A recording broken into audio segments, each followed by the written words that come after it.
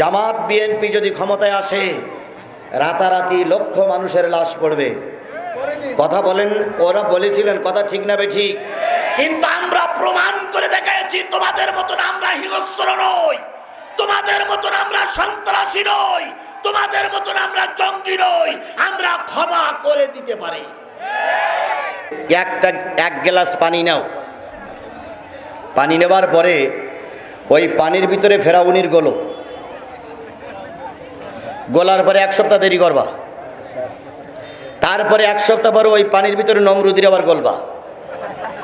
গোলার পরে আরো 1 সপ্তাহ দেরি করবা, দেরি করার পরে এইবার আরো 1 সপ্তাহ পরে কারুনিরুর ভিতরে গোলার পরে আরো 1 সপ্তাহ দেরি করবা, এইবার 3 সপ্তাহ পরে 4 সপ্তাহের মাথায় যে আব্দুল্লাহ বিন উবাইরুর ভিতর গোলার পরে 4 নেতার গুল্লি যে পানির কালার হবে, ওই কালারওয়ালা পানি যদি কোনো মায়ের খেতে দেওয়া হয় আর ওই মায়ের পেট থেকে যদি কোনো কন্যা সন্তান দুনিয়ার মুখ দেখে, সেটাই হবে বাংলাদেশের শেখ হাসিনা। ভালো হয়ে যাও, ভালো হয়ে যাও মাসুদ তুমি, এ কথা কে বলবে আর?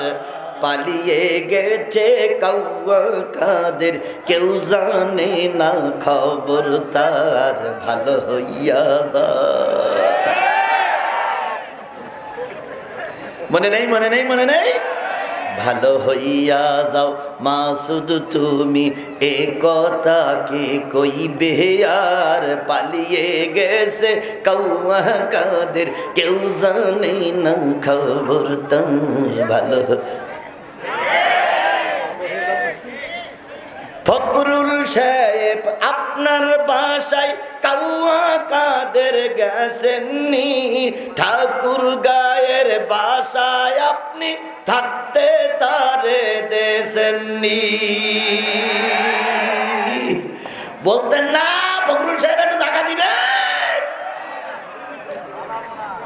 পালাবো নাজি। ফখরুল সাহেব আপনার বাসায় থাকতে তারে দেশেননি, ঠাকুর গায়ের বাসায় আপনি ঢুকতে তারে দেশেননি।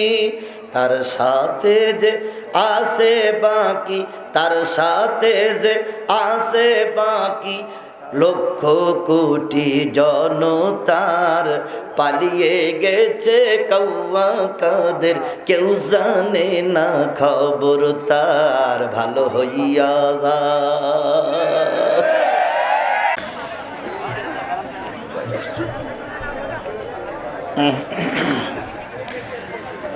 আলহামদুলিল্লাহ রাব্বিল আলামিন, ওয়াসসালাতু ওয়াসসালামু আলা সাইয়্যিদিল আমবিয়া ওয়াল মুরসালিন ওয়া আলা আলিহি ওয়া আসহাবিহি আজমাইন। আম্মা বা'দ, ফাউযু বিল্লাহি মিনাশ শাইতানির রাজীম। বিসমিল্লাহির রহমানির রহিম। ইন্নাল্লাহা ইনদাহু ইলমুস সাআ ওয়া ইউনাজ্জিলুল গায়স ওয়া ইয়া'লামু মা ফিল আরহাম ওয়া মা তাদরি নাফসুম মাযা তাকসিবু গাদা ওয়া মা তাদরি নাফসুম বিআইয়ি আরদিন তামুত।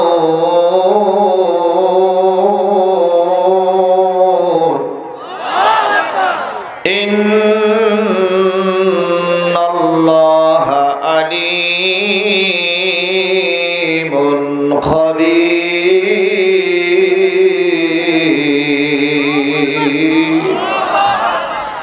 সাদাকাল্লাহুল মাওলানাল আযীম।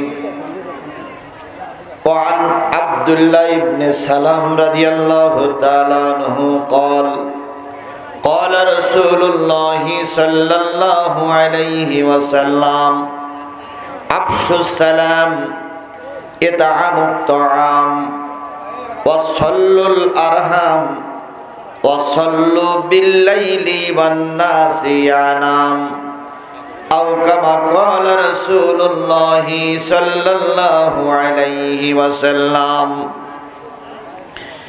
ইন্নাল্লাহা ওয়া মালাইকাতাহু ইউসাল্লুনা আলান নবী ইয়া আইয়ুহাল্লাযীনা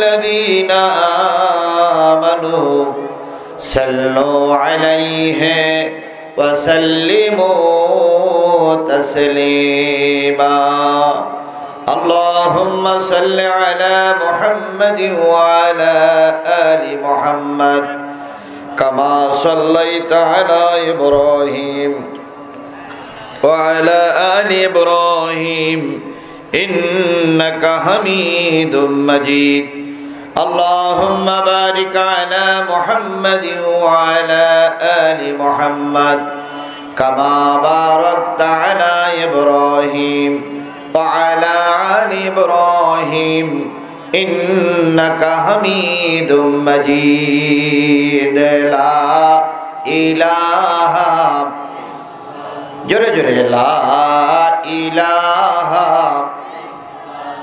লা ইলাহা লা ইলাহা লা ইলাহা ইল্লাল্লাহু মুহাম্মাদুর রাসূলুল্লাহ লা ইলাহা লা ইলাহা লা ইলাহা ইল্লাল্লাহু মুহাম্মাদুর রাসূলুল্লাহ।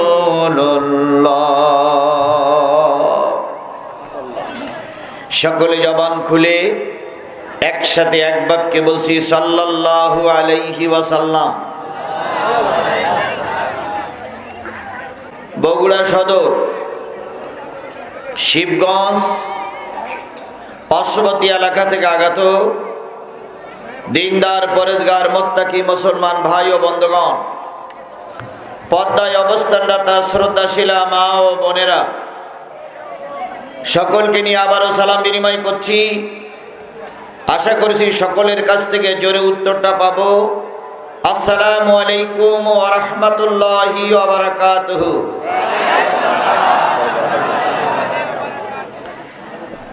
বিগত দিনগুলো আমাদের জীবনের অনেক কষ্টের দিন অতিবাহিত হয়ে গেছে। স্বাধীনভাবে দেশে চলাফেরা আমাদের জন্য ছিল খুবই কষ্টদায়ক। কথা বলেন ঠিক না বেঠিক? বিশেষ করে যারা বাংলাদেশ জামাত ইসলাম এবং বাংলাদেশ জাতীয়তাবাদী দল বিএনপির দলের সঙ্গে সম্পৃক্ত ছিল, তাদের এত বড় পৃথিবীটা খুব ছোট হয়ে গেছিল। না যেত কথা বলা, না যেত চলাফেরা করা, ঘরের ভিতরে ঘুমাইয়ে থাকলেও মার্ডার কেসের আসামি হয়ে যেতে হতো। মসজিদে নামাজ পড়তে গেছে, কোন জায়গায় কোন বোম ফেলে গেছে, সেই বোম মারার আসামি বিএনপির জেলা সেক্রেটারি। কথা বলেন ঠিক না বেঠিক? এভাবেই করে আমাদের এই বিগত 15.5-16টা বছর পার করতে হয়েছে।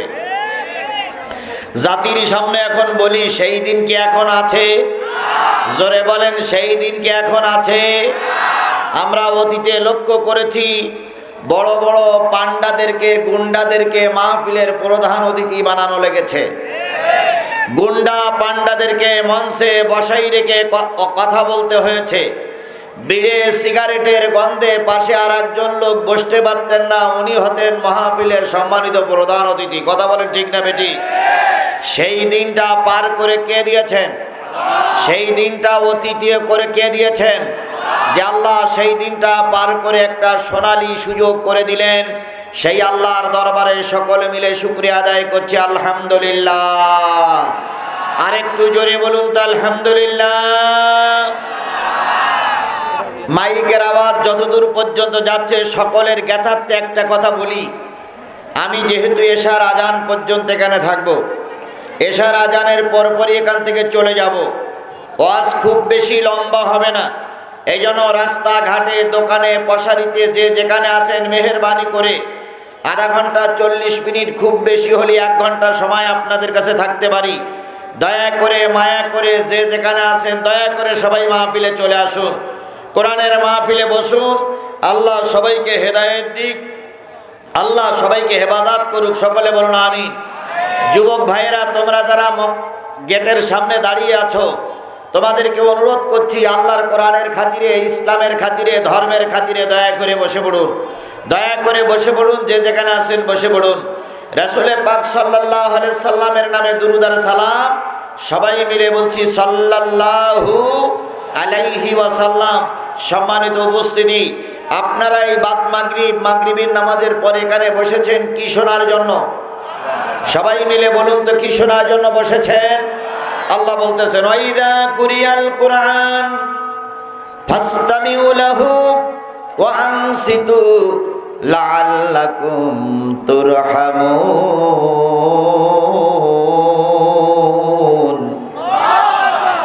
যখন তোমাদের সামনে কোরআন পড়া হবে, যে যে কাজে থাকো না কেন, যেখানে যে অবস্থায় থাকো না কেন, চুপ হয়ে যাও, আল্লাহর কোরআন শোনো। আল্লাহর কোরআন শোনার জন্য চুপচাপ বসে যাও। লাআল্লাকুম তুরহামুন। যদি চুপচাপ বসে বসে আল্লাহর কোরআন শোনো, আশা করা যায় আল্লাহ পাক তোমাদের রহমত দিয়ে ভরে দেবে। ও আমার কাহালুর মুসলমানেরা, রহমতের প্রয়োজন আছে না নাই? আরো জোরে বলেন, দয়ার প্রয়োজন আছে না নাই? আল্লাহ নবী বলেছেন, ও আমার সাহাবীরা, সামান্য একটা ছোট্ট নেকিকে অবহেলা করো না। কিয়ামতের দিন এমনও মানুষের অবস্থা হবে, সামান্য একটা নেকির জন্য অনন্তকাল জাহান্নামের আগুনে পোড়া লাগবে। এই জন্য আজকে যারা রাস্তায় আছেন, দোকানে আছেন, এখানে বসে থাকলে আল্লাহ রহমত দিয়ে ভরপুর করে দেবেন। আচ্ছা বলুন তো, এখানে আমরা যারা বসেছি তাদের রহমতের দরকার আছে না নাই? কেবলমাত্র যারা দোকানে বসে আছেন, বাড়িতে বসে আছেন, ওনাদের মনে হয় রহমতের দরকার নাই, নাকি আছে? ওনাদের রহমতের দরকার আছে। তাহলে ওনারা আসতেছেন না কেন? ওনারা মনে করতেছে শেষ মোনাজাত করলেই যাব, নাকি? আল্লাহ পাকের করুণা হোক, সবাই মাহফিলে চলে আসুন। তাহলে আমরা বসেছি, কোরআন যদি চুপচাপ বসে বসে শোনেন, রহমত করবেন কে? আল্লাহর কথা সত্য না মিথ্যা? আরো জোরে বলেন, সত্য না মিথ্যা? এবার হাদিসে যান, নবীজি বলেছেন, তাদারুসুল ইলমে সাআতাম মিনাল লাইলি খায়রুম মিন আহিয়াহিয়া। রাতের কিছু অংশ সময় যদি কোরআন হাদিসের মাহফিলে বসে থাকো, সারা রাত্র জেগে জেগে নফল নামাজ পড়লে আল্লাহ যে সওয়াব দান করবে, অল্প সময় কোরআন হাদিসের মাহফিলে বসলে আল্লাহ পাক সেই নেকি দান করে দিতে পারে।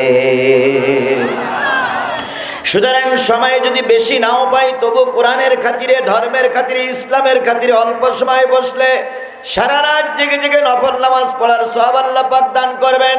এই জন্য সকলের কাছে অনুরোধ করি, মা বোনেরা কথা না বলে আপনাদের জায়গায় চলে যান, ভাইয়েরা কথা না বলে মাহফিলে এসে বসুন। আল্লাহ পাক আমাদের সবাইকে কবুল করুক, সকলে বলুন আমিন। সমাধান চাও যদি জীবনে, মরণে ফিরে চাও, ফিরে চাও খুঁজে নাও চোখ রাখো কোরআনে। সমাধান চাও যদি জীবনে, মরণে ফিরে যাও খুঁজে নাও চোখ রাখো কোরআনে। এ বাণী সকলের নয়, শুধু মুমিনের। কথা বলেন, কথা বলেন, কথা বলেন। এ বাণী সকলের নয়, শুধু মুমিনের।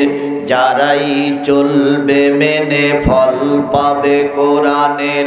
ঘরে বলো কিংবা রাস্তে বলো, ঘরে বলো কিংবা রাস্তে বলো, অশান্তি দূর করে শান্তি আনে সমাধান। ও সমাধান চাও যদি জীবনে, মরণে ফিরে যাও খুঁজে নাও চোখ রাখো কোরআনে। সেই কোরআন আল্লাহ পাক আমাদের অল্প সময় কবুল করুক, সকলে বলুন আমিন। আল্লাহ রাব্বুল আলামিন বলতেছেন, অকাল আল্লাযীনা কাফারু লা তাসমাউ লিহাদাল কোরআন। কাফেরেরা বলে, এই কোরআন যেন তোমরা শোনো না। কি বলে? কারা বলে? এই জাতীয় কাফের আমাদের বাংলাদেশে। জোরে বলেন, আরো জোরে। হয়তো নাই, কিন্তু এখান থেকে 3 মাস আগে এই কাফেরের অভাব ছিল না। এখনো যে নেই তা নয়, ওনারা ঘাপটি মেরে পড়ে আছে আর শুধু অপেক্ষায় আছে কখন বাংলাদেশ আওয়ামী লীগ রাস্তায় নামবে, আর ওনারাও টোপলা টুপলি ফেলাইয়ে রাস্তায় নামবে। আল্লাহর কসম, 18 কোটি মানুষ শপথ দিয়েছে আর একটা বারের জন্য আওয়ামী লীগকে বাংলাদেশে মাথা উঁচু করতে দেওয়া হবে না, হবে না, হবে না। ওই স্বপ্ন দেখে আর লাভ নাই, কথা বলেন ঠিক না বে ঠিক? কারণ এরা 15.5 বছর এমন কোন অন্যায় কাজ নেই যা এরা করেনি। এদের কারণে আমাদের মায়েদের কোল খালি হয়েছে, এদের কারণে তাফসীর মাহফিলগুলো বন্ধ হয়েছে, এদের কারণে আল্লামা সাঈদী 13 বছর জেল খেটেছে, এদের কারণে বিএনপির নেতা নেত্রীদেরকে জেলে বসে বসে মরতে হয়েছে, কথা বলেন ঠিক না বেঠিক? এরাই ষড়যন্ত্র করে সাকা চৌধুরীকে ফাঁসিতে ঝুলিয়েছিল, এরাই ষড়যন্ত্র করে যে জয়পুরহাটের আব্দুল আলিমকে এরাই মেরে দিয়েছিল, এরাই মেরে দিয়েছিল, এরাই মেরে দিয়েছিল। সুতরাং এই জাতিকে আর বাংলাদেশে মাথা উঁচু করতে দেওয়া হবে না। আপনারা কি সবাই একমত? সবাই মিলে বলেন, সবাই কি একমত? আল্লাহ রাব্বুল আলামিন আমাদের সবাইকে ঐক্যবদ্ধ হয়ে থাকার তৌফিক দান করুক। এখন প্রায় বলতেছে তোমরা রেডি হও, আমি সীমান্তের কাছে আছি, সীমান্তের কাছে আছি, চট করে ঢুকে পড়বো। কি শেখ হাসিনা বলতেছে না চট করে ঢুকে পড়বো? যে ব্যক্তি ভয়ে তার সন্তানকে রাজপথে বাঘের মুখে পুলিশের মুখে ফেলায়ে একা একা বিমানে চড়ে পালিয়ে চলে যায়, এর মতন কাপুরুষ আর কখনো ঢুকতে পারবে না। এগুলো আমাদেরকে ওদেরকে উৎসাহ দান করছে। খোদার কসম, আমরা বেঁচে থাকতে এরে আর ঢুকতে দেব না, দেব না, দেব না।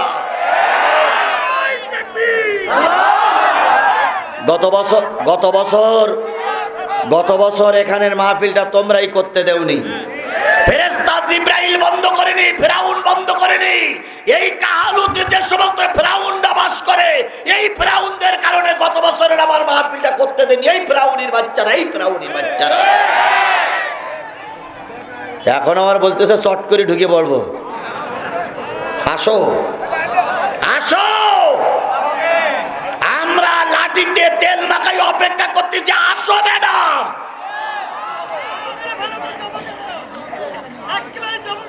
আইসো চট করিয়া, আয়না ঘর তোমার জন্যে রাখছি গো সাজায়া। ও বুবু, আইসো চট করিয়া, আয়না ঘর তোমার জন্যে রাখছি গো সাজায়া। আমরা রিসিবিশনে বইসা আছি, রিসিবিশনে বইসা আছি, জুতার মালা লয়া, আয়না ঘর তোমার সাজায়া।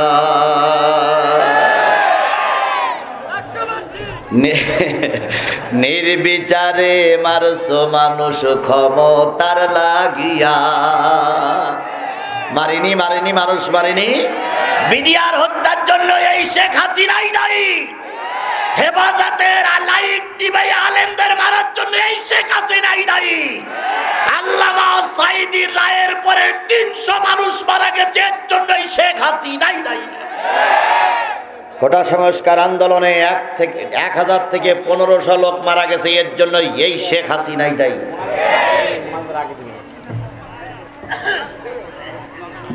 নির্বিচারে মারছো মানুষ ক্ষমতার লাগিয়া। দিন ধর্ম আর মানবতা সব কিছু ছাড়িয়া, বুবু সব কিছু ছাড়িয়া, তোমার পাপের শাস্তি ও বুবু, তোমার পাপের শাস্তি পাইতে হবে, যাইও না ভুলিয়া। আয়না ঘর তোমার জন্যে রাখছি গো সাজায়া। প্রধানমন্ত্রী আসতেছে, আইসো চট করিয়া আয়না ঘর তোমার জন্যে রাখছি গো সাজায়া। আমার কথার সঙ্গে কি আপনারা একমত? জোরে বলেন সবাই একমত? তাহলে আজকের এই বগুড়ার মাটিতে দাঁড়িয়ে বসে শপথ দিতে হবে, যদি প্রয়োজনে রক্ত দিতে হয় আবার রাজপথে শহীদ হব, যদি জেল খাটতে হয় আবার জেলখানায় ঢুকবো, যদি মিছিল করতে হয় আবার ময়দানে মিছিল করব, যদি আমাদের সন্তানকে শহীদ করতে হয় আবার করতে রাজি। তবুও 90 ফ্রাউনের বাচ্চা এই শেখ হাসিনারে আর বাংলাদেশ আওয়ামী লীগকে বাংলার মস্তদে আর দেখতে চাই না, চাই না, চাই না।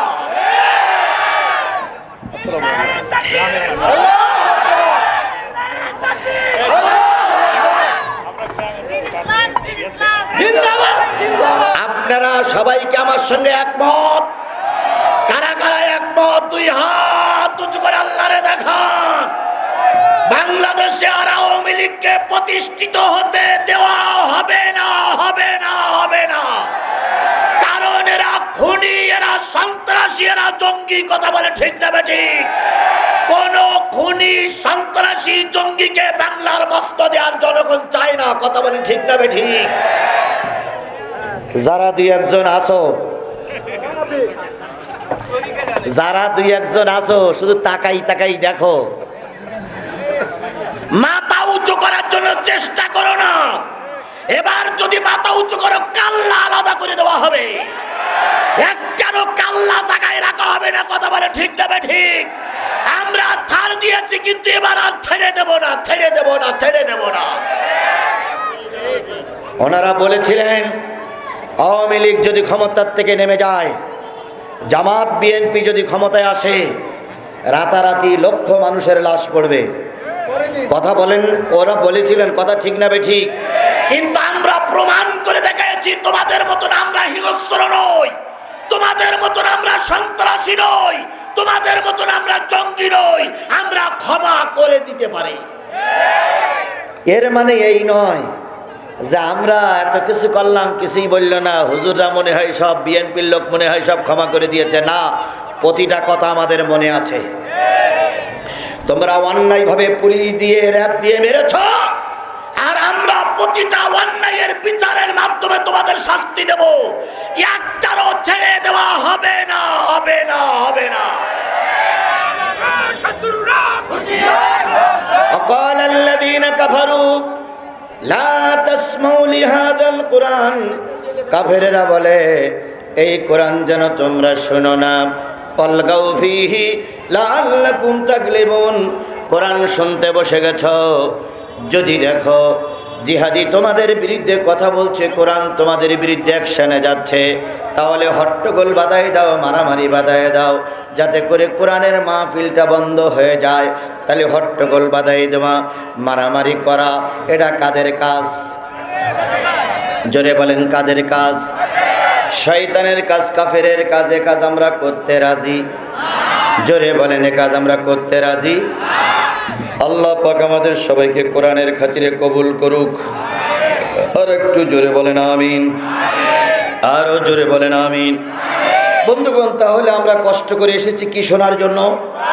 আমি আপনাদের সামনে সূরা লোকমান 34 নম্বর আয়াত, একটা আয়াত তেলাওয়াত করেছি। যেহেতু সময় সংক্ষেপ, এই জন্য একটা আয়াত তেলাওয়াত করেছি।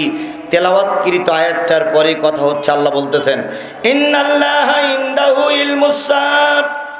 নিশ্চয়ই, নিশ্চয়ই আল্লাহ জানে কবে, কখন, কোন অবস্থায়, কোন বছরে কিয়ামত হবে।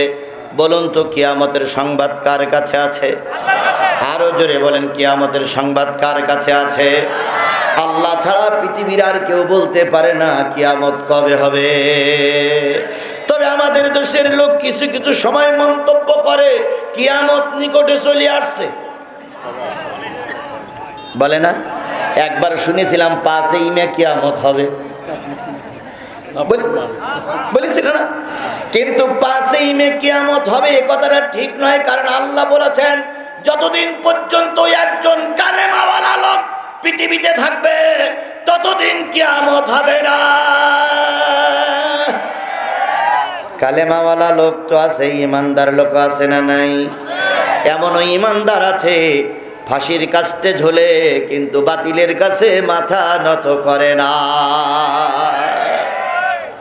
বিএনপির সালাউদ্দিন কাদের চৌধুরী, ওনার যখন ফাঁসিতে নিয়ে যাচ্ছে, ফাঁসির মঞ্চে নিয়ে যাচ্ছে, তখনও পর্যন্ত এই স্বৈরাচারেরা মনে করেছিলেন উনি জীবন ভিক্ষা চাবে, কিন্তু উনি জীবন ভিক্ষা চান নাই। কারণ উনি বলেছিলেন জীবন ভিক্ষা দিতে পারে একমাত্র কে?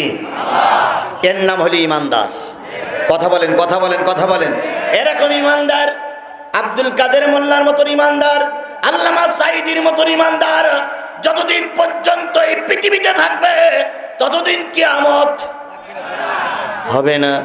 সুতরাং কিয়ামত হবে না, কিন্তু আল্লাহ বলতেছেন কিয়ামত কবে হবে আমি ভালোই জানি।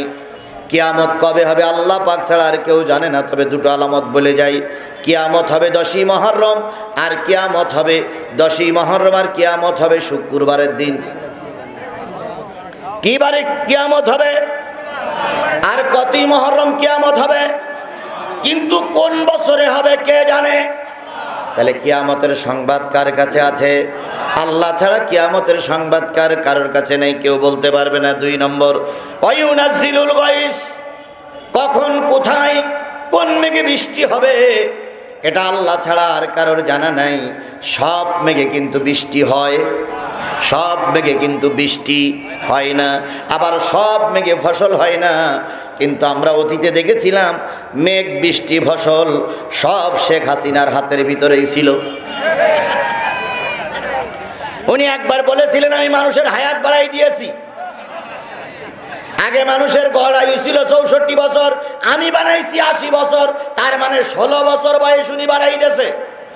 তাহলে বোঝা গেল বাংলাদেশের উনি আল্লাহ। নাউজুবিল্লাহ, নাউজুবিল্লাহ যাই বলেন না ভাই, যদি 41 সাল পর্যন্ত ঠেলে ঠুলি নিয়ে যাইতে পারতো, এরা এক সময় আল্লাহ হয়ে যেত।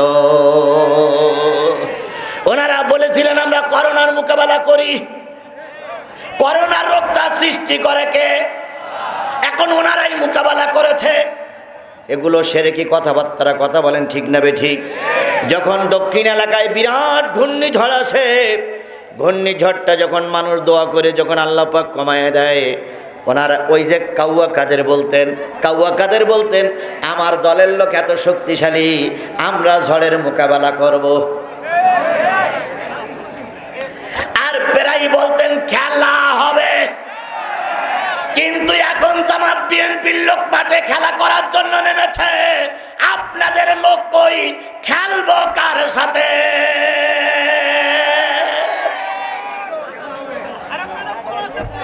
আমরা খেলা করার জন্য রাজি, কথা বলেন ঠিক না ঠিক?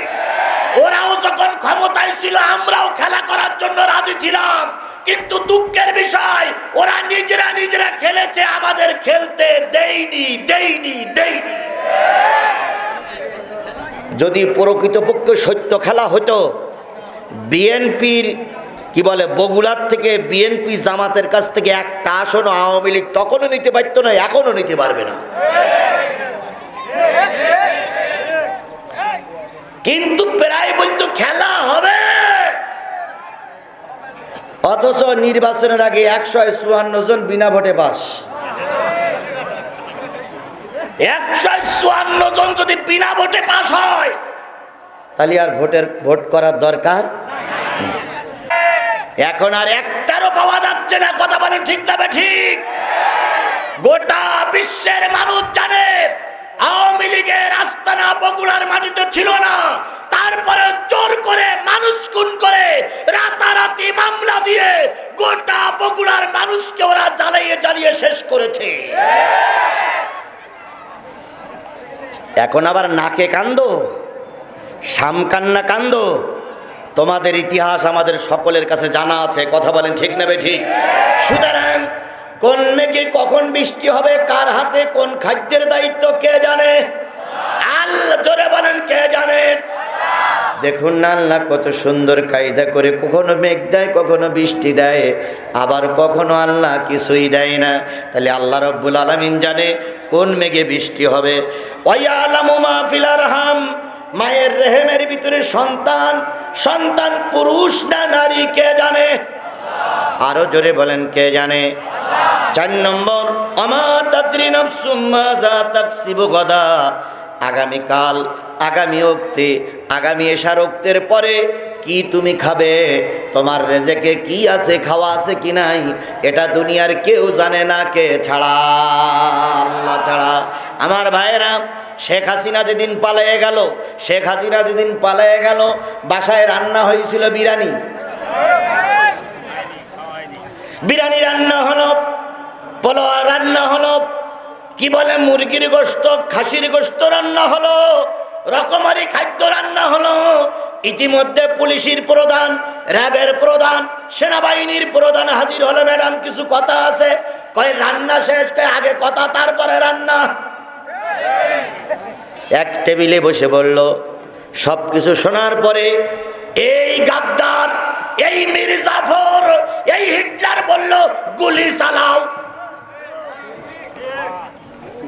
পুলিশ বাহিনীর লোকেরা বলল, ম্যাডাম শাহবাগ পর্যন্ত জনগণ এসে থেমে আছে, যদি গুলি চালান, যদি গুলি চালান, শাহবাগ পর্যন্ত এখানে আসতে 45 মিনিট 1 ঘন্টা সময় লাগতে পারে। একটা লাশ পড়লে হাজারো লাশ আপনার বাড়ি ঘিরে ফেলবে। এই হিটলার বলল, তোদের হাতে বন্দুক তুলে দিয়েছি, তোদের নিচের থেকে উপরের পথ দিয়েছি এই করার জন্য। সেনাবাহিনী প্রধান বলল, ম্যাডাম আপনি যা বলতেছেন এটা আর সম্ভব নয়, বিগত কয়েকদিন মেরে মেরে আমরা তো ময়দান সাফ করেছি, কিন্তু এখন গোটা দেশের লোক রাস্তায়, কৃষক রাস্তায়, চাকরিজীবী রাস্তায়, ভ্যান রিক্সাওয়ালা রাস্তায়, ছোট্ট ছোট্ট বাচ্চাগুলো স্বাধীনের পক্ষে রাস্তায় নেমেছে, কয়টারে মারবেন? পেতনির বাচ্চা, এই ফেরাউনির বাচ্চা বলল, তাহলে এখন কি করিতে হইবে? কয় এখন আপনাকে চলে যেতে হবে। কয় না আমি চলে যাব না, গুলি চালা। কত বড় নিষ্ঠুর হতে পারলে, কত বড় নির্দয় হতে পারলে, কত বড় গাদ্দার হতে পারলে আমার সন্তানদের বুকিয়েরা গুলি চালানোর অর্ডার করে। এখন যদি আবার তার জন্য কেউ কান্দো, তোমার মা গেছে যেখানে, তোমাকেও সেখানে পাঠানো হবে।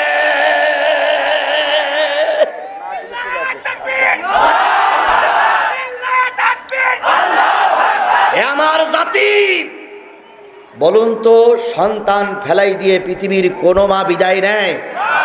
সব মাকে দেখেছি সন্তানের জন্য মা জীবন দেয়, তবুও সন্তানকে বিপদে ফেলে না। আর আওয়ামী লীগ, তোমরা যারে মা বলতে, তোমাদের কি মা? তোমাদেরকে বাঘের মুখে ফেলাই উনি বিমানে পালিয়ে চলে গেল। এ মা নামের কলঙ্ক, এ মা নামের কলঙ্ক, কলঙ্ক, কলঙ্ক।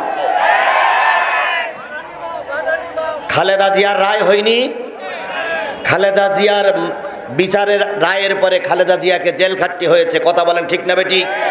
খালেদা জিয়া যদি একবার মুস্তেকা দিতেন যে আমি আর বাংলাদেশে রাজনীতি করব না, খালেদা জিয়া পালিয়ে যেতে পারতেন। কথা বলেন, কথা বলেন। কিন্তু উনি দেশের মানুষের ভালোবেসে উনি মুস্তেকা দেন নাই। আর তুমি সেই দেশ নেত্রী, তুমি কি বলে, কি মা, কি মা, মানস কন্যা, মানস কন্যা, তুমি পালাই চলে গেলে আল্লাহ রব্বুল আলামিন তোমাকে আর এদেশে আসতে দেবে না, দেবে না, দেবে না। মামুনুল হকের ওয়াজ আপনারা শোনেন মাঝে মাঝে না ভাই? মামুনুল হক একটা ওয়াজ করে যায়, সেইটা আমি রিলে করতেছি। উনি বলতেছে, এক গ্লাস পানি নাও, পানি নেবার পরে ওই পানির ভিতরে ফেরাউনির গোলো,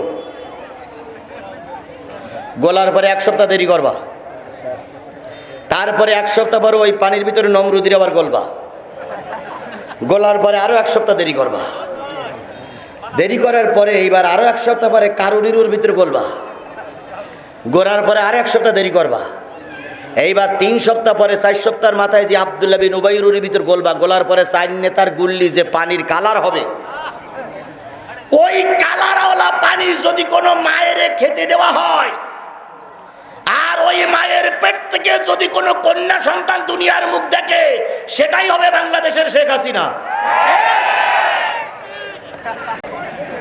যদি বলেন হুজুর এই কথাগুলো কোথা থেকে বলতেছেন, কেন বলি শোনেন। ইনি মাঝে মাঝে বলতেন আমি নামাজি, তাই বলতেন না। আসলে আমার বিশ্বাস হয় না ওর বাপও নামাজি ছিল না, ইয়াও নামাজি ছিল না। এরপরে মাঝে মাঝে বলতেন আমার নেত্রী কোরআন শরীফ তেলাওয়াত করে, মাঝে মাঝে বলতেন আমরা তাহাজ্জুদ গুজারি। এরপরে ওর কর্মীরা বলতেন, আমাদের মঞ্চে দাঁড়িয়ে বলেছেন, সে কর্মীর নাম আমার জানাও আছে, আমার মাহফিলে দাঁড়িয়ে বলেছেন আমার নেত্রী 5 ওয়াক্ত নামাজ পড়ে, সেই লেতাই বগুড়ায় আছে। আমরাও বিশ্বাস করতাম যে হয়তো নামাজ পড়ে, কিন্তু আশ্চর্য হয়ে গেলাম যখন গণভবন চারিদিক থেকে ঘিরে ফেললো। কত কিছু পাওয়া গেল, কিন্তু যায় নামাজ পাওয়া গেল না। এত কিছু পাওয়া গেল, কিন্তু সেই যায় নামাজ পাওয়া গেল না, কোরআন পাওয়া গেল না। আওয়ামী লীগের এক নেতার কাছে ফোন দিলাম, ভাই আমার মাহফিলে সিরাজগঞ্জে দাঁড়াই বলেছিলেন আমার নেত্রী নামাজি, আমার নেত্রী সকালবেলা যায় নামাজ খোঁজে, আপনার নেত্রীর গণভবন দখল করা হলো, যায় নামাজও পাওয়া গেল না, কোরআন পাওয়া গেল না, আপনার নেত্রীর যায় নামাজ আর কোরআন গেল কই? উনি তখন বলতেছে, হুজুর আমার নেত্রী যায় নামাজ আর কোরআন শরীফ এত ভালোবাসে, যাওয়ার সময় বগল দাওয়াই করে নিয়ে চলে গেছে।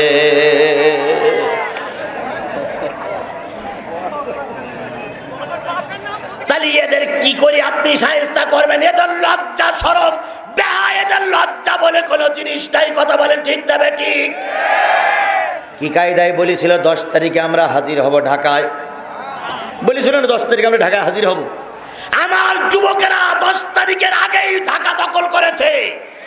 শুধুমাত্র ঢাকার বুকে নামলেই হয়, যেটা নামবে সেটা আর ঘরে ফিরে যাবে না। তাহলে আগামী অক্টে কি খাবেন এটা কে জানে? জোরে বলেন কে জানে? শেখ হাসিনার খাওয়ার রেডি ছিল, কিন্তু শেখ হাসিনার কপালে খাওয়ার ছিল। আপনার আমার কপালে খাওয়ার যদি না থাকে আপনি খেতে পারবেন না। কথা বলেন ঠিক না বেঠিক? এই পৃথিবী 4টে লোক শাসন করেছে, 4 জন ছিল এই পৃথিবীর রাজাদিরাজ, 4 জন ছিল এই পৃথিবীর শাসনকর্তা, গোটা পৃথিবী শাসন করেছে। তার ভিতরে একজন হলো নমরুদ, আর একজন কে? এই মসজিদে কয়টা আজান হয়? 7টায় জামাত হয়, আজকে 7:30 আজান দেয়। তা না হলে আমার অস্ত অর্ধেকটাই হয়েছে, আর অর্ধেকটা বাকি থেকে যাবে। হ্যাঁ, এই মসজিদে 7:30 আজান দেন আজকে। ব্যক্তি ছিল গোটা পৃথিবীর রাজা, বাদশাহ সুলাইমান পিপিলিকার রাজা, বাদশাহ সুলাইমান পাখির রাজা, বাদশাহ সুলাইমান জেনের রাজা, বাদশাহ সুলাইমান মানুষের রাজা, বাদশাহ সুলাইমান মাছের রাজা, গোটা পৃথিবীর সকল প্রাণীর রাজা ছিল বাদশাহ সুলাইমান। সুবহানাল্লাহ বলেন। এই বাদশাহ সুলাইমান একদিন আল্লাহর কাছে আরজ করে বলতেছে, আল্লাহ আমি তো গোটা পৃথিবীর মানুষের রাজা, গোটা পৃথিবীর মাখলুকের রাজা, এই গোটা পৃথিবীর মাখলুককে আমি একটা দিন তোমার গোটা পৃথিবীর মাখলুককে খেতে দিতে চাই। আল্লাহ রাব্বুল আলামিন বললেন, সুলাইমান রে, তোমার রাজত্ব দিয়েছি বলে মনে করো না গোটা পৃথিবীর মানুষকে, গোটা পৃথিবীর মাখলুককে তুমি খেতে দিতে পারবে। কখনো নয়, কখনো নয়। আমি যদি আল্লাহ রহমত না করি, একটা শ্রেণীর মাখলুককেও তুমি খেতে দিতে পারবে না। আর আমাদের দেশে যখন ফসল ভরে যেত, শেখ হাসিনা সহ মন্ত্রীরা দাঁড়াই বলতো, এবার মা এসেছে রথে চড়িয়ে, গা যাবে গজে চড়িয়ে, ফুলে ফলে ভরবে দেশ। এই তো আমাদের বাংলাদেশ। এরা হিন্দুদের কাছে যেয়ে, দেবতার কাছে যেয়ে উপাসনা করত। আমরা দেবতাদের বিরুদ্ধে কিছু বলি না, হিন্দুদের বিরুদ্ধে আমাদের বক্তব্য নাই। তোমরা একটা ধর্মের মানুষ, আমরা একটা ধর্মের মানুষ। তোমাদের ধর্ম তোমরা পালন করো, আমাদের ধর্ম আমরা পালন করব। তোমাদের ধর্মে আমরা বাধা দেব না, আমাদের ধর্ম নিয়ে কলকাঠি নাড়া দিও না। বাংলাদেশের ইসকন বলে একটা সংগঠন আছে হিন্দুদের, ওরা আমাদের নামাজ, রোজা, কোরআন আলেম ওলামা নিয়ে টানাটানি করছে। এই ইসকন হলো মোদি বাবার তৈরি করা একটা ধর্মীয় গোষ্ঠী, তার নাম হলো ইসকন। আমি এদের সম্পর্কে সতর্কবাণী উচ্চারণ করে বলতে চাই, দয়া করে এরা ভারত নয়, এটা দ্বিতীয় বৃহত্তম মুসলিম বাংলাদেশ। এখানে মুসলমানদের বিরুদ্ধে কিছু কথা বললে তাকে ছেড়ে দেওয়া হবে না। ভারত তোমার অনেক সৈন্য থাকতে পারে, ভারত তোমার পারমাণবিক বোমা থাকতে পারে, ভারত তোমার ক্ষেপণাস্ত্র থাকতে পারে, কিন্তু একটা জিনিস মনে রেখো, ভারত তোমার আছে রণশক্তি আর আমার আছে ঈমানি শক্তি।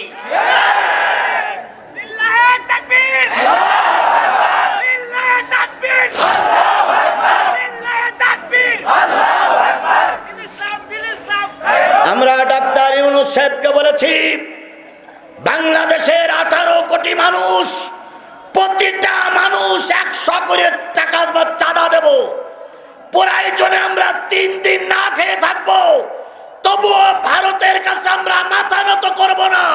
ভারত পানি বন্ধ করে আমাদেরকে মরুভূমিতে পরিণত করছে, ওই বাঁধের মুখে আমরাও বাঁধ দেব, ভারতের পানি আমার দেশে ঢুকতে দেব না। এখন দেখেন, আগের সময় আপার কাছ থেকে নীতি নীতি নীতি নীতি নীতি নীতি কিচ্ছু বাদ দেয়নি, শুধু বাকি ছিল আপা, এবার আপারও নিয়ে গেছে। শুধু বাকি ছিল আপা, এবার আপারও নিয়ে গেছে না? তাই তো বাংলাদেশের লোকেরা বলে, ভাবি গেছে ভাইয়ের বাড়ি, আপা গেছে দুলাভাইয়ের কাছে।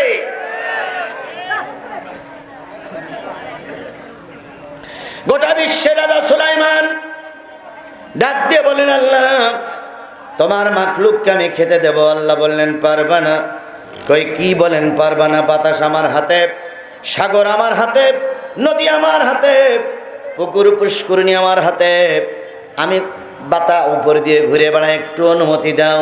আল্লাহ বললেন, সুলাইমান তুমি রাজা হতে পারো, কিন্তু ইন্নাল্লাহ ইয়ারযুকু মান ইয়াশাউ বিগাইরি হিসাব, ভুলে যেও না সকল রিজেকের চাবিকাঠি, রিজেকের দায়িত্ব আমি আল্লাহ আমার হাতে।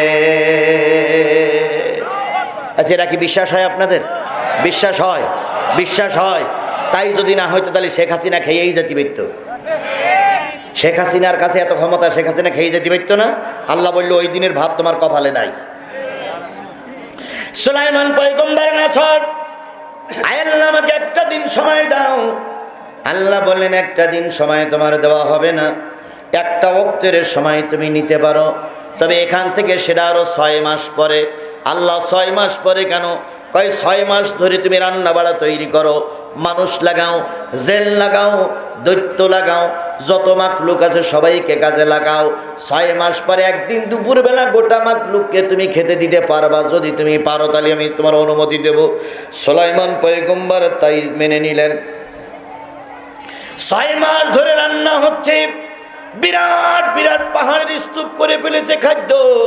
খাদ্যে পছন্দ লাগে না, কারণ বাতাস হলো তার হাতে। বাতাসকে বলে দেওয়া হলো, বাতাস যেখানে যে খাদ্যের জন্য যে বাতাস প্রয়োজন সেখানে সেই বাতাস ফিট করবি, একটা খাদ্যও যেন মিস না হয়ে যায়। একটা নদীর পশুর, নদীর প্রাণীর জন্য যে খাদ্যের প্রয়োজন সেটা একটা স্তূপ করা হলো, পাখির জন্য যে খাদ্য সেটা একটা স্তূপ করা হলো, মানুষের জন্য যে খাদ্য সেটা একটা স্তূপ করা হলো। স্তূপ করে করে বিরাট আফ্রিকার মরুভূমি সম্পূর্ণ করে ফেললো। হযরত সুলাইমান পয়গম্বর ঘুরে ঘুরে বেড়ায় আর কে, আল্লাহ কত মাখলুক তুমি বানাই রেখেছো, কত খাদ্যই খাবে, আমি এতই যখন বানাই রেখেছি খেয়ে শেষ করতে পারবে না, তুমি কেন আমার অনুমতি দিচ্ছিলে না? কেন তুমি আমারে বাধা দাও? ঠিক নির্ধারিত দিন চলে আসলো। নির্ধারিত দিন সকাল 10টার দিকে সাগরের বিরাট একটা মাছ সাগরের কিনারায় এসে বলতেছে, ও সুলাইমানের লোকজন, আমাকে দুপুরবেলার খাওয়াটা দিয়ে দাও।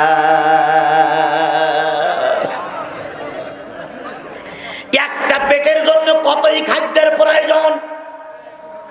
সাবেক এমপি মন্ত্রীরা এত খাওয়া খেয়েছে, ওরা যদি হা করে খাতি পারত গোটা বাংলাদেশ ওরা খেয়ে ফেলত। আরে খাওয়া খেয়েছে রে ভাই, সে যে কি খাওয়া ভাই, মানুষ কত খাতি পারে, কত দরকার। এই বগুড়ার যে কজন এমপি ছিল আমি নাম বললে ওরা পরে আমার ঘাড়ের পরে পড়তে পারে। কি খাওয়া খাইয়েছে এই বগুড়ার এমপি গুলো? কথা বলেন, কথা বলেন, কথা বলেন। আর মোটরসাইকেল নিয়ে ঘুরতো, গাড়ি নিয়ে ঘুরতো, আর শুধু কলার নাড়াতে আমরা সেনো সেনো সেনো। অবশ্যই তোমার আমরা চিনি। শুধু তোমার পিছনে ওই বন্দুক বাহিনী না থাকলে তোমার চিন্তা আমাদের শনি মঙ্গলবার লাগতো না। পুলিশের কারণে বিএনপি লিডাররা ময়দানে নামতে চেয়েও নামতে পারেনি। কথা বলেন ঠিক না বেঠিক? কারণ নামলেই যে রাতে মামলা খেতে হয়, নামলেই রাস্তায় লাশ পড়তে হয়। আমাদের লোকবল জনবল কম ছিল না, শুধুমাত্র পুলিশের কারণে আমরা রাস্তায় নামতে পারিনি। আমি ওদের সম্পর্কে বলি, খেলিয়ে নাই খেলি, খাওয়াইছো না খাইছো, কিন্তু সেগুলো বিদেশে পাঠাইলে কেন? দেশে থাকলে তো এখন অন্তত কিছু লোকের কর্মসংস্থানের ব্যবস্থা হইতো। এরা খেয়ে যদি দেশে মিল কলকারখানা বানাইতো, কোনো ব্যবসা প্রতিষ্ঠান বানাইতো, কিংবা জমি জায়গায় করতো, কিংবা ঘর বাড়ি করতো, তাহলে এখন আমাদের দেশের কিছু লোকের কর্মসংস্থানের ব্যবস্থা হইতো না ভাই? তা খাইছো খাইছো তাই দেশে রাখো। কিন্তু এরাও জানতো আমরা দেশে থাকতে পারবো না। যে যা করে তার আগের থেকে স্বপ্নে বুঝতে পারে। কথা বলেন ঠিক না বেঠিক? শেখ হাসিনা যে পালাই যাবে এটা কেউ না জানলি শেখ মুজিব জানতো, মারা গেতে জানতো।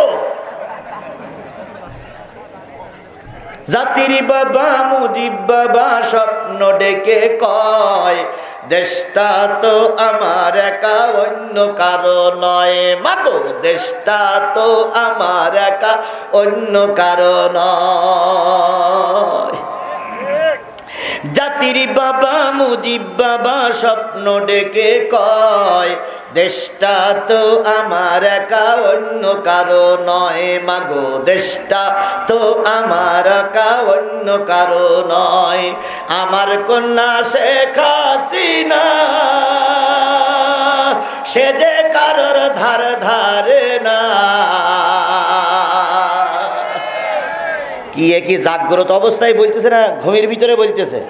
ঘুমের ভিতরে বলতেছে, আমার কন্যা শেখ হাসিনা সে যে কারোর ধার ধারে না। দড়ি তাহার বান্দা আছে দিল্লির খোটায়, দড়ি তাহার বান্দা আছে দিল্লির খোটায়। দেশটা তো আমার একা অন্য কারো নয়। মাগো দেশটা তো আমার একা অন্য কারো নয়। তিলক পরে মাঝে আমার মন কেড়েছে দিল্লির দাদা। সিঁদুর পরে মাঝে আমার মন কেড়েছে দিল্লির দাদা। সেই আশীর্বাদে মাঝে আমার থাকবে ক্ষমতায়, আশীর্বাদে মাঝে আমার থাকবে ক্ষমতায়। দেশটা তো আমার একা অন্য কারো নয়। মাগো দেশটা তো আমার একা অন্য কারো নয়। এবার শেষ কথা বলতেছে, দেখেন মুজিবার শেষ কথা স্বপ্নের ভিতরে বলতেছে, মাগো তুমি সাবধান থেকো যেই না কুকাম করতে আসো। স্বপ্নে বলতেছে বলে, এখন তো ডাইরেক্ট বলতে পারতেছ না। মাগো তুমি সাবধান থেকো যেই না কুকাম করতে আসো। জনগণে খেপলে তোমার উঠাবে চিতায়, জনগণে খেপলে তোমার উঠাবে চিতায়। এই ওসিয়াত করে গেলাম যাওয়ার বেলায়। মাগো এই ওসিয়াত করে গেলাম যাওয়ার বেলায়। জাতির বাবা মুজিব বাবা স্বপ্ন ডেকে কয়, দেশটা তো আমার একা অন্য কারো নয়। কথা ঠিক আছে? কথা ঠিক আছে? কয়টা আল্লাহর এলেমে আছে কখন কি খাবেন। সুলাইমান পয়গম্বরের কথা বলছিলাম, কথাটা শেষ করতে আর মাত্র 5টা মিনিট লাগবে। আর একটা পয়েন্ট আছে, সেটা হচ্ছে কখন মৃত্যু হবে। এই পয়েন্টের পর আলোচনা করতে আমার আর মাত্র 10টা মিনিট সময় লাগবে। 10টা মিনিট সময় কি আপনারা দিতে রাজি আছেন? কারা কারা রাজি আছেন হাত তুলে আল্লাহরে দেখান। জোরে একটা তাকবীর হবে, নারায়ে তাকবীর, লিল্লাহি তাকবীর, আল কোরআনের আলো। হাত নামান, হাত উঁচু করেছেন আপনারা, আমার আলোচনা শেষ করে যাবেন। কথা বলেন ঠিক না ঠিক? আমিও হাত উঁচু করেছি, আলোচনা শেষ করে যাব। এবার যদি মনে করেন যে হুজুর নামাজ মসজিদ পাশেই, যদি মনে করেন নামাজ মসজিদ পাশেই, সুতরাং আমরা ইশার সালাত এখান থেকে আদায় করে যাব ইনশাআল্লাহ। বন্ধুগণ, যেটাই বলেছিলাম সেটা হলো, আমি যেটা বলেছি সেটা এখনো বলছি, আচ্ছা পরেও বলছি, এটা গুনে নেন আপনারা, গুনে নেন, পরেও বলছি। সেটা হচ্ছে আমার ভাই ক্ষতিগ্রস্ত, এর ভিতরে কোনো সন্দেহ নাই। আমরা জাতীয় সংসদে যখন ওনাকে দেখতাম, উনি মাঝে মাঝে কোরআনের রেফারেন্স দিয়ে কথা বলতেন, হাদিসের কথা বলতেন, তখন অন্য দিক থেকে আওয়াজ আসতো মৌলবাদ মৌলবাদ, অন্য দিক থেকে আওয়াজ আসতো মৌলবাদীর কথা বন্ধ করো। এদেশে কোরআন হাদিসের কথা বললেই সে মৌলবাদ হয়ে যায়। কথা বলেন ঠিক না ঠিক? আমরা বিএনপি বুঝি না, আমরা জামাতকে হাইলাইট করতে চাই না, আমরা ঐক্যজোটকে হাইলাইট করতে চাই না। আমাদের একটাই দাবি, কোরআন দিয়ে যারা এদেশের সমাজ গঠনের জন্য কাজ করবে, আমাদের শরীরে এক ফোঁটা রক্ত থাকা পর্যন্ত আলহামদুলিল্লাহ তাদের সাথেই থাকবো। কোরআনের কথা জাতীয় সংসদে চলুক, এটাকে আপনারা চান? কোরআন দিয়ে দেশ চলুক, এটাকে আপনারা চান?